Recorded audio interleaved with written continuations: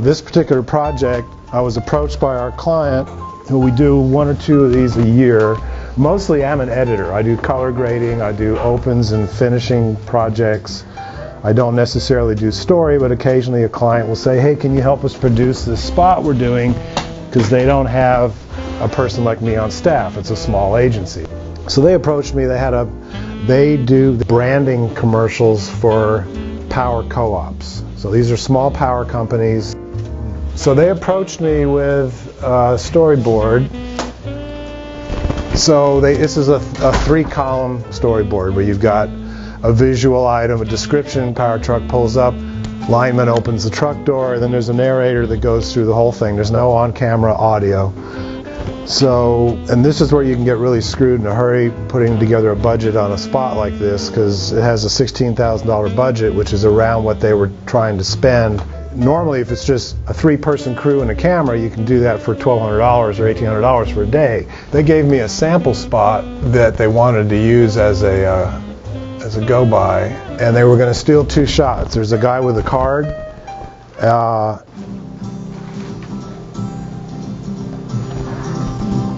Touchstone Energy Co-op members can save up to 85% off prescriptions and everyday purchases when you ship out your Co-op Connections card to local businesses. Finding ways to save you money. That's the power of your Co-op membership. Learn more at connections.coop.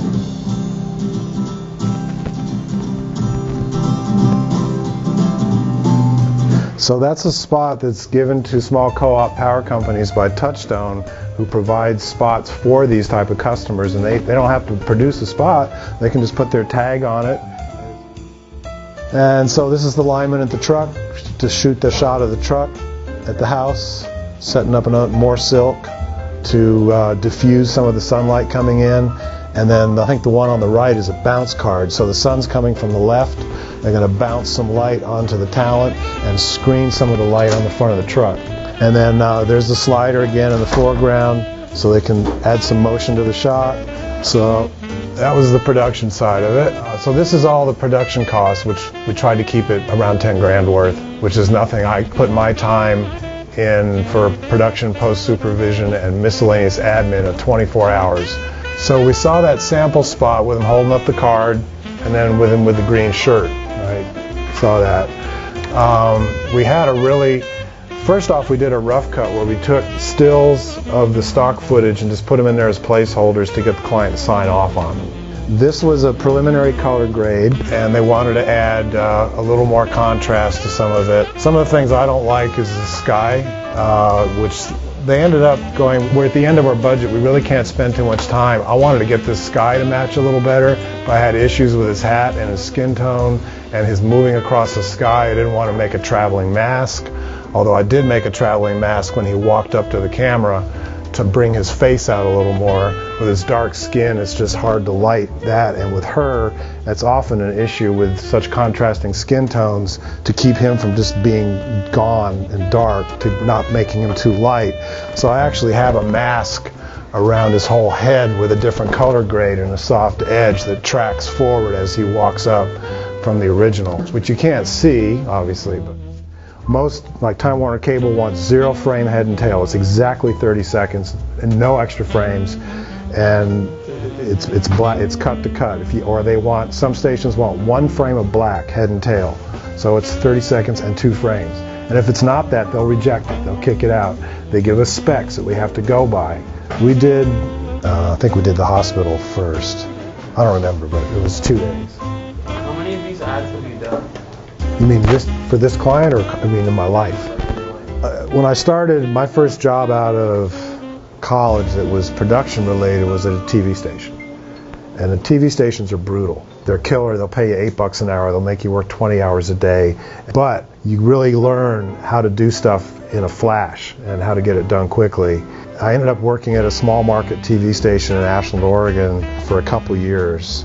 And we did 2 or 3 spots a day. and they would crank them out in a linear room, take a break at noon because they had a nooner lunch cast. We call, "Whoop, here comes the nooner." So we'd all leave the room and they'd do their newscast, and we'd come back in and cut another spot, and then we'd have to give the character generator to the sports guy so he could start putting up stuff because we couldn't use any more lower thirds.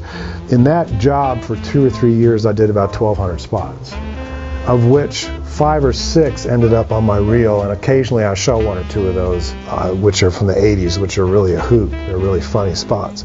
So a couple thousand. Of this quality level, though, a lot of what I do is finishing people's documentaries.